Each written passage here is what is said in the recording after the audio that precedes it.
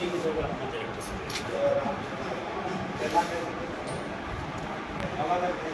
তো 11/6/2026 তারিখ অর্থাৎ জুন মাসের 11 তারিখে আব্দুল্লাহ স্কুলে যায়। টিফিনের সময় বাড়িতে খাওয়া দাওয়া করে সে আর স্কুলে ফেরত যায় না।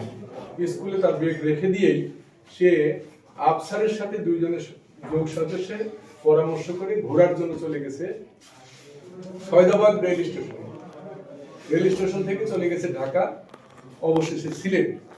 এই দুইটা বাচ্চা নিখোঁজ হওয়ার পরে এটা স্পর্শকাতর বিষয়। তার পরিবারের লোকজন বিচলিত হয়ে পড়েন।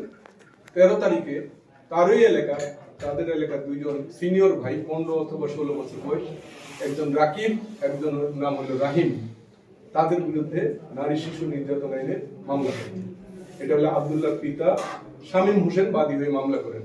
এর পিছনে গ্রাউন্ড ছিল ওই দিন 11 তারিখ সকালবেলা রাকিব এবং রাহিম এলাকার পরিচিত হিসাবে আব্দুল্লাহর কাছে একটা কুড়িয়ে পাওয়া মোবাইল সিম নিতে গেছিল। ওই সিম পায় নাই, তার চাচা বাধা দিছে বা বলছে কি জন্য আসছো, তোমরা চলে যাও। এই কারণে কিছু গ্রাউন্ডের ভিত্তিতে তাদের নামে মামলা করছিল। আমরা তাদেরকে আটক করে বিজ্ঞ আদালতে হাজির করছি ইতিপূর্বে 13ই জুনে। এরপরে প্রায় 27-28 দিন অতিবাহিত হয়।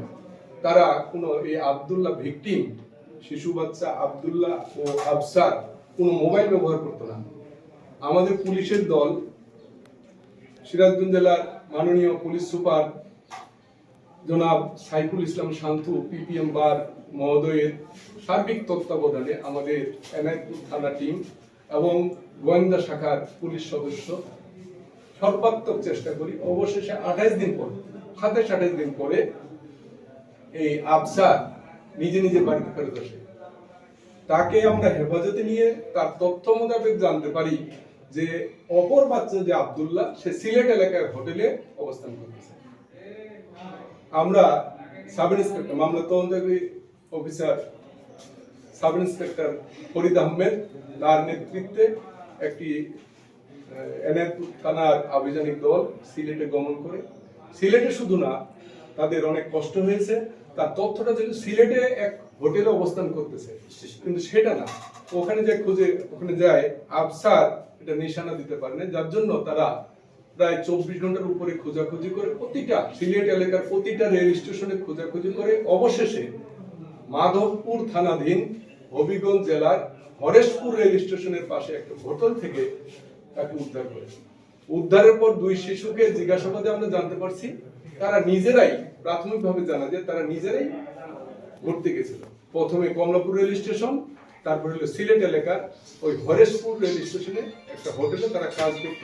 কিছুদিন ওখানে কাজ করছে, কিছুদিন কমলাপুর রেল স্টেশন যাত্রীদের ব্যাগ ক্যারি করে টাকা ঢুকে পাইছে। এতে তারা তাদের খাওয়া খাদ্য খাইতে পারছে। শেষে আফসার তাকে আব্দুল্লাহকে না বলেই কমলাপুর থেকে একা বাড়িতে ফিরছে। এখন পর্যন্ত আমরা জানতেছি তারা নিজেরাই ঘুরতে গেছিল।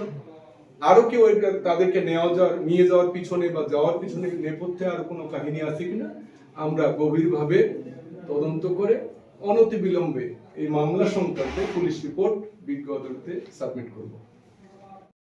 বের হয়ে ওদের বাসায় গেছি, ওর মা বলে কই জানি গেছে।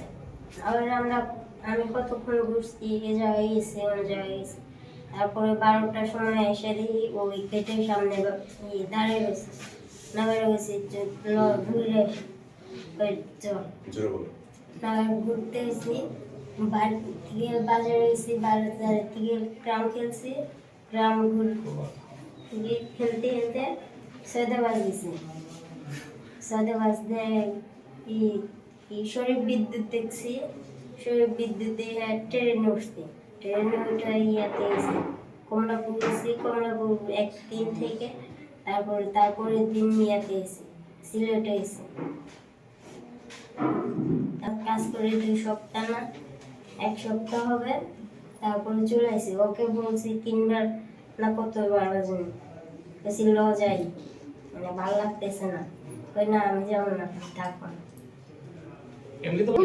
সকালবেলা স্কুলে যাওয়ার সময় কি রাকিব আর রাহিম ওরা আসছিল সিম বুঝতে আমগুলো কাছে। আমি বলছি আমার কাছে নাই, উজাইবার কাছে আছে। উজাইবা আমার কাছে আইসে বলে হারিয়ে গেছে আমার কাছ থেকে। আমি বলছি ওদেরকে যা বললাম, ও আর বাইরে থেকে বের হয় নাই। পরে দুপুরবেলা ডাকতে এসে বলছিলেন আমি ঘুরতে যাবো, যাবি নাকি? আমি বলছি না, আমি যাবো না, শুক্রবারের দিন যাইতে পারি, কিন্তু আব্বু যদি মারে পরে আর কিছু নাই। ও বলেছেন আঙ্গু গাছ টেকা আছে, যাবি নাকি? আমি বলছি না, যাবো না। ওকে রা নামটা বলো। আফসার। হ্যাঁ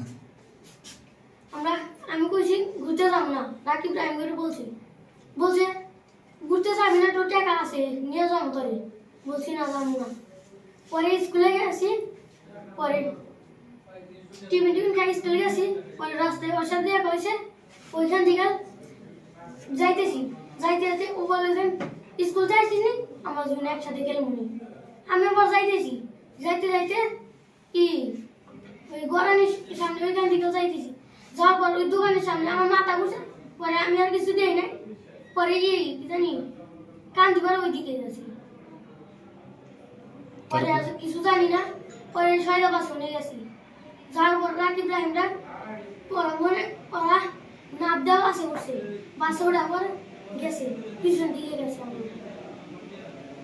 তারপরে আমি কিছু বুঝি নাই, পরে ট্রেনে উঠছি, নাপ দেওয়া মনে উঠছি আমি বাসে যেতে, আমি নাপ দেওয়া ট্রেনে উঠছি আর কিছু